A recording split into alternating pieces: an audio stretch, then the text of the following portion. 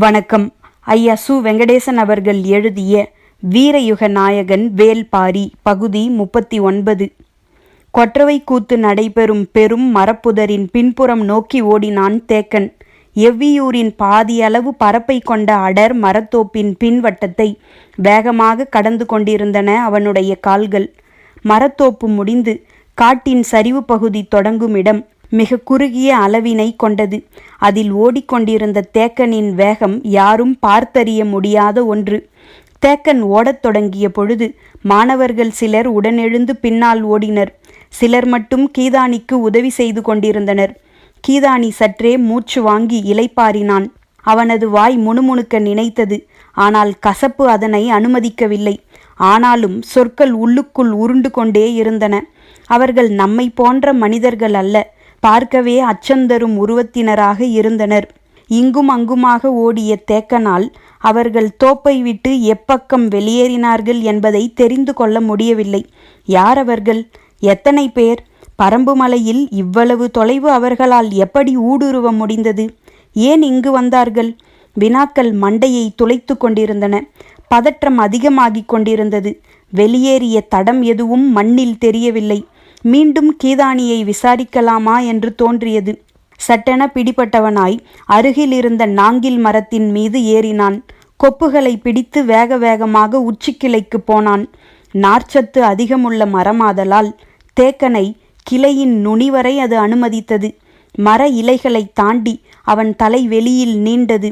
கண்ணெதிரே மலைச்சரிவின் பள்ளம் முடியும் இடத்தில் சிற்றாறு ஓடிக்கொண்டிருந்தது. அதனை கடந்தால் ஆதிமலையின் தொடக்கம். 4 மடிப்புகளை கொண்டது ஆதிமலை. மரத்தோப்புக்குள் இருந்து வெளியேறியவர்கள் சிற்றாற்றை கடந்திருக்க முடியாது. பொழுது மறைய இன்னும் சிறிது நேரமே இருந்தது. அவர்கள் சிற்றாற்றை கடந்து ஆதிமலைக்கு உள்ளே நுழைவதை இங்கிருந்து துல்லியமாக பார்த்துவிடலாம். அவர்கள் எத்தனை பேர் என்பதனை அறிய தேக்கனின் கண்கள் அலைமோதி கொண்டிருந்தன. ஆற்றின் ஒரு முனையில் இருந்து மறுமுனை நோக்கி கண்களை ஓடவிட்டு கொண்டிருந்தான்.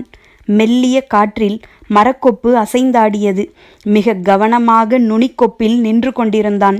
கொப்பின் கவட்டையை விரல்கள் பற்றி இருக்க உடலின் எடையை காற்றில் ஏற்றி கண்களை ஓடவிட்டு கொண்டிருந்தான். அவர்கள் இங்கிருந்து போனால் ஆற்றின் எவ்விடத்தை கடப்பார்கள் என்று அவன் எதிர்பார்த்த இடத்தை கூர்ந்து கவனித்து கொண்டிருந்தான். ஆனால் வேறு திசையில் சிலர் ஆற்றை கடப்பது தெரிந்தது. தேக்கனின் கண்கள் உற்று நோக்கின. வந்துள்ளவர்கள் 5 பேர். ஒவ்வொருவரும் முதுகுக்கு பின்னால் நீள் வடிவில் குழல் போன்ற நரம்பு கூடையை கட்டியிருந்தனர்.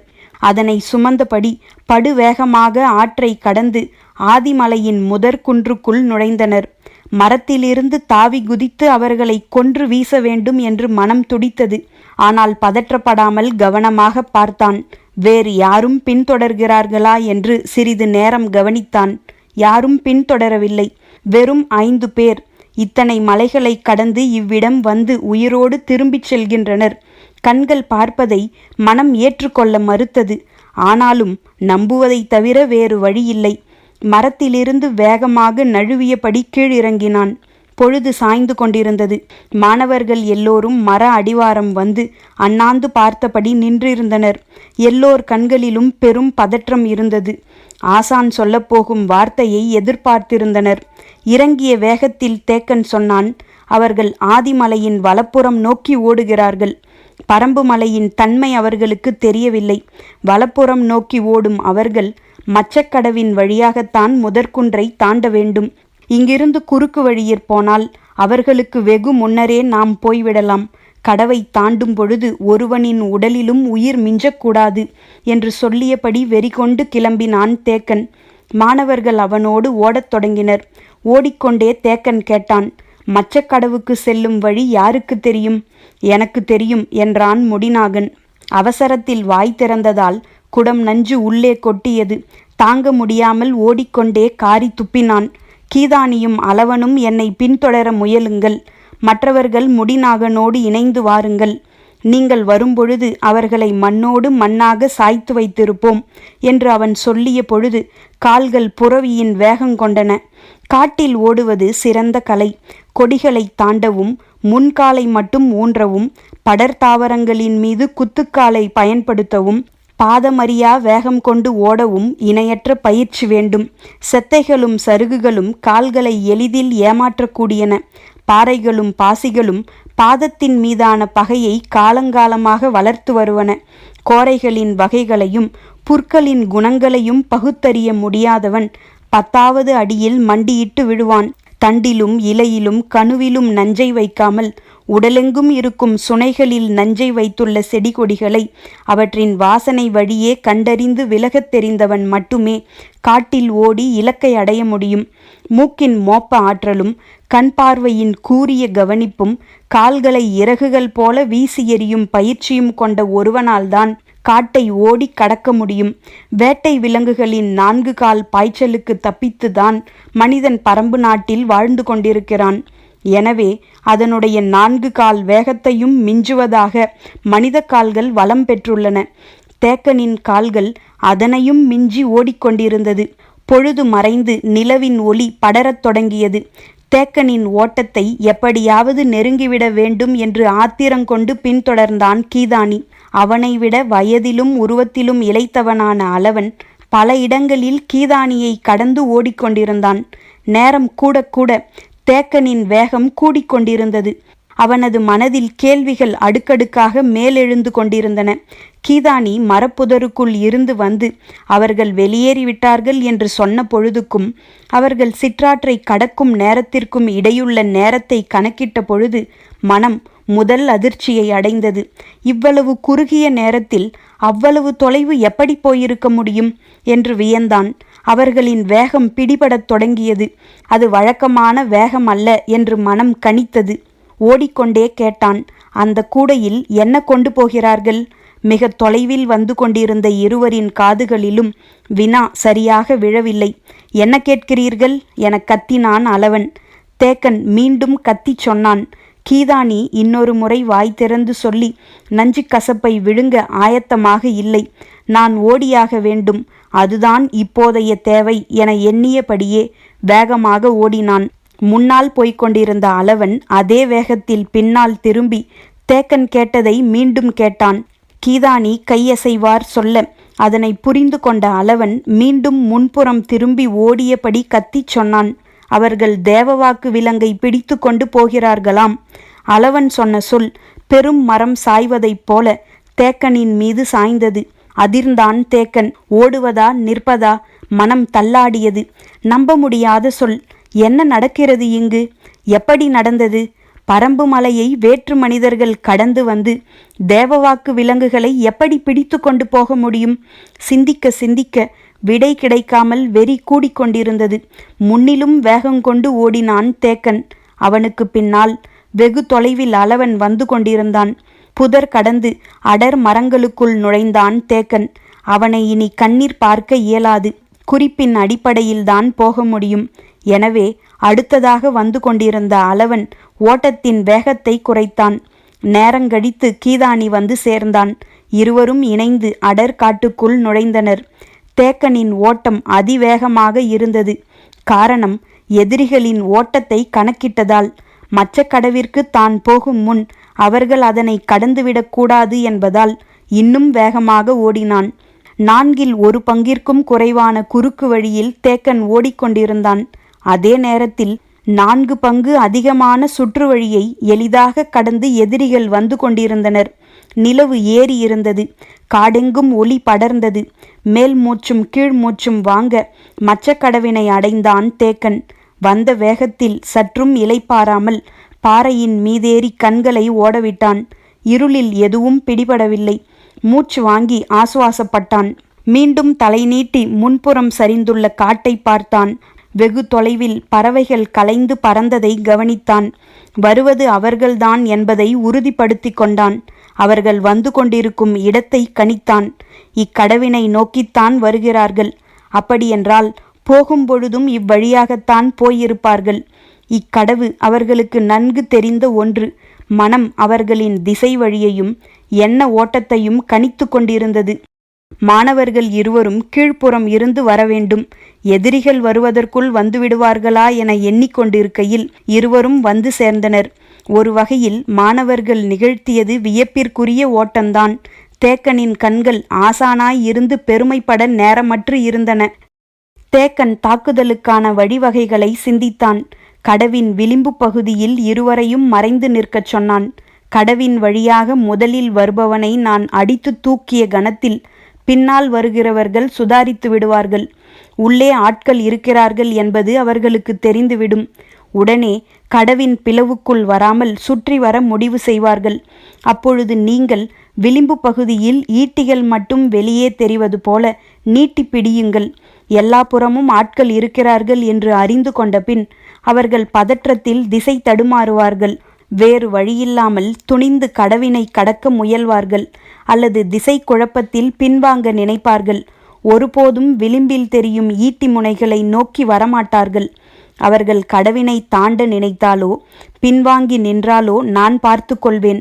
அக்கணம் அவர்களுக்குள் முளைக்கும் அச்சமே அவர்களை அழித்துவிடும். அவர்கள் சுதாரிப்பதற்கு முன்பே அழிவின் கொடூரத்தை அவர்களின் கண்களுக்கு காட்டுவேன் என்றான் தேக்கன். மூக்கு விடைத்து மேல் மூச்சும் கீழ்மூச்சும் வாங்கிய இருவரையும் தேக்கனின் ஆவேசம் இறுகப் பற்றியது. ஈட்டியை உறுதி கொண்டு பிடித்தனர். கீதானி வலப்புறமும் அளவன் இடப்புறமுமாக விளிம்பு நோக்கி போனார்கள். தேக்கன் முதல் ஆளை அடித்து தூக்கும் வரை ஈட்டியை வெளி நீட்டிவிடக் கூடாது என்பதில் கவனமாக இருந்தனர். கடவின் ஒரு பகுதியில் மெல்ல தலை தூக்கி எட்டி பார்த்தான் தேக்கன். அவர்கள் வரும் நேரத்தை மனம் கணித்தபடி காத்திருந்தது. காலடி தடங்கள் கேட்கின்றனவா என்று கூர்மையாக கவனித்தான். முன்புறம் இருக்கும் பாறைகளிலிருந்து பறவையொன்று குரல் எழுப்பியது. அவர்கள் நெருங்கிவிட்டார்கள் என்பது தெரிந்தது. ஓடிவரும் அசைவில் தேவவாக்கு விலங்குகள் ஓசை எழுப்பிய வண்ணம் இருந்தன. தேக்கன் கடவுக்குள் நுழைபவனை தோதான திசையிலிருந்து தாக்க கால்கள் இரண்டையும் பாறையின் செதில்களுக்கு ஏற்ப இறுக அமுக்கிக் கொண்டிருந்தான். கீதானியும் அளவனும் தேக்கனை உற்று பார்த்து கொண்டிருந்தனர். தேக்கனின் கைகள் இரண்டும் பன்றிக் கொம்பினை உள்ளங்கைக்கு கொண்டு வந்தன. முதல் ஆள் கடவினை நோக்கி முன்னேறி வரும் ஓசை கேட்டது. தேக்கன் பாறையோடு பாறையாக சாய்ந்து அடித்து தூக்க ஆயத்தமாக இருந்தான். பாறையில் காலடியோசை கேட்ட கணத்தை மனம் கணிக்கும் முன் கடவின் பிளவை ஓர் உருவம் பாய்ந்து கடந்தது. கணிக்க முடியாத வேகத்தில் நிகழ்ந்த இச்செயலை விட்டுவிடாதபடி அவன் முதுகுப்புறத்தை நோக்கி மின்னல் வேகத்தில் பாய்ந்தான் தேக்கன். கடவின் பிளவுக்குள் கால் நுழைத்த கணத்திலேயே ஆள் இருப்பதை ஓடி வருபவன் கவனித்து விட்டான். தன்னை தாக்கப் போகிறான் என அறிந்தவுடன் முழு வேகத்தோடு வலக்கையை திருப்பி சுழற்றினான். முதுகுத்தண்டை நொறுக்கும் வேகத்தோடு பாய்ந்த தேக்கனை சுழன்ற அவனது வலக்கை அடித்து தூக்கியது. இருளுக்குள் பாறையோடு சரிந்தான் தேக்கன். அவன் சரிந்து உருளும் ஓசை கேட்பதற்குள் மற்ற நால்வரும் கடவினை கடந்தனர். கீதானிக்கு எதுவும் பிடிபடவில்லை. இருளுக்குள் படு வேகமாக உருவங்கள் மறைவதும் யாரோ தூக்கி வீசப்பட்டதும் தெரிந்தது. ஆனால் யார் என்ன என்று தெரியவில்லை. ஒருவன் விழுந்து விட்டான். வெளியில் ஈட்டியை நீட்டலாம் என அவன் எண்ணிக்கொண்டிருக்கையில் இடப்புற விளிம்பில் நின்றிருந்த அளவன் கடவினை நோக்கி ஓடி வந்தான். ஈட்டியை வெளிப்புறம் நீட்டாமல் ஏன் கடவினை நோக்கி ஓடி வருகிறான் என்று கீதானிக்கு புரியவில்லை. ஆனால் அளவனின் கண்கள் நடந்ததை துல்லியமாக பார்த்தன. அவர்கள் தாக்கிய வேகத்தில் ஆசான் மேற்பாறையில் மோதி கீழே விழுந்ததை பார்த்த கணம் உறைந்து நின்ற அளவன் சற்று நேரம் கழித்துத்தான் ஆசானை நோக்கி ஓடி வந்தான். அதன் பிறகுதான் கீதானி ஓடி வந்தான். வந்தவுடன் ஆசானின் தலையை ஏந்தி பிடிக்க கையை கொண்டு போனான் அளவன். அவன் கைப்படுவதற்குள் ஆசான் தானே தலையை தூக்கினான். அந்த வேகத்துக்கு உடல் ஒத்துழைக்கவில்லை. வலக்கையை ஊன்றியே நிமிர வேண்டியிருந்தது. பின்மண்டையிற் பட்ட அடி சிறு மயக்கத்தை உருவாக்கியது. கண்களை இறுக மூடி திறந்தான். சற்று ஆசுவாசப்பட்ட பின் சுனையில் நீரள்ளி வா என்றான். கீதானி ஓடினான். யானை தாக்கியதை போல் உணர்ந்தது தேக்கனின் உடல். எழுந்து உட்கார்ந்தான். கீதானி கை நிறைய நீரள்ளி வந்தான். முகத்தில் அரைந்தும் குடித்தும் தெளிச்சு கொண்டான் தேக்கன். கீதானி மீண்டும் மீண்டும் நீரள்ளி வந்தான். வலது கை கொண்டு இடது தோள்பட்டையை இழுத்து அமுக்கி பார்த்தான். மாணவர்களிடம் எதுவும் காட்டிக்கொள்ளக்கூடாது என மனம் போராடியது. கண்கள் மேல் சொருக மூச்சு வாங்கியது. கால்களை மெல்ல இழுத்து ஊன்றி எழுந்தான். எலும்புகள் எங்கும் உடைந்து விடவில்லை. தோள்பட்டையில்தான் நல்ல அடிபட்டிருக்கிறது. அது பாறையிற் போய் தாக்கியதால் ஏற்பட்ட அடியல்ல, அவன் கைவீசி தாக்கியதால் ஏற்பட்டது. ஓடிக்கொண்டிருக்கும் ஒருவன் எதிர்பாராத கணத்தில் பின்புறம் திரும்பி இவ்வளவு ஆற்றலோடு தாக்குகிறான் என்றால் அவனது வலு எவ்வளவு? அவனது உடல் உறுதியின் தன்மை என்ன? யார் இவர்கள்? தேக்கனின் மனம் பிடி கிடைக்காமல் போராடியது. கீதானி மெல்ல வாய் திறந்து சொன்னான், அவர்களை நான் நன்றாக பார்த்தேன். பார்க்கவே அச்சந்தரும் உடல்வாகு கொண்டவர்களாக இருந்தனர்.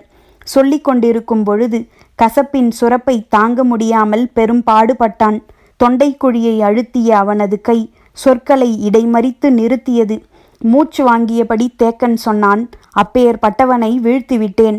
கீதானியும் அளவனும் ஒருவரை ஒருவர் பார்த்து கொண்டனர். தேக்கன் என்ன சொல்கிறான் என புரியவில்லை. தேக்கன் மீண்டும் சொன்னான், அவனது ஓட்டத்தின் வேகத்தை நான் தவறாக கணித்து விட்டேன். நான் நினைத்ததை விட 2 மடங்கு வேகம் கொண்டிருந்தான். ஆனாலும் தப்பிச் செல்ல விடாமல் பாய்ந்தடித்தேன். துல்லியமாக அவனது பின்கழுத்து நரம்பை அடித்து விட்டேன். அது அருந்து விட்டதை எனது உள்ளங்கை நன்கு உணர்ந்தது. இனி அதிக தொலைவு அவனால் ஓட முடியாது. சிறிது தொலைவிற்குள் விழுந்து விடுவான். மாணவர்கள் வியந்து பார்த்தனர். மீதமுள்ள 4 வீழ்த்தியாக வேண்டும் என்று சொல்லியபடி எழுந்து கவனமாக பாறையின் மீது ஏறினான். குன்றின் சரிவு அடர் காடுகளை கொண்டது. அதற்குள் அவர்கள் நுழைந்து போய்க் கொண்டிருக்கிறார்கள் என்பதை புரிந்து கொள்ள முடிந்தது. தேக்கன் பாறையை விட்டு கீழிறங்கினான். நீங்கள் வந்த வழியே திரும்பி போங்கள். முடிநாகன் மற்றவர்களை அழைத்து கொண்டு எதிரே வந்து கொண்டிருப்பான். கவனமாக இங்கே அழைத்து வாருங்கள். வேகமாக ஓடுங்கள் என்றான். கீதானியும் அளவனும் மீண்டும் ஓடத் தொடங்கினர். முன்பிருந்த அதே வேகம் உடலில் இருந்தது.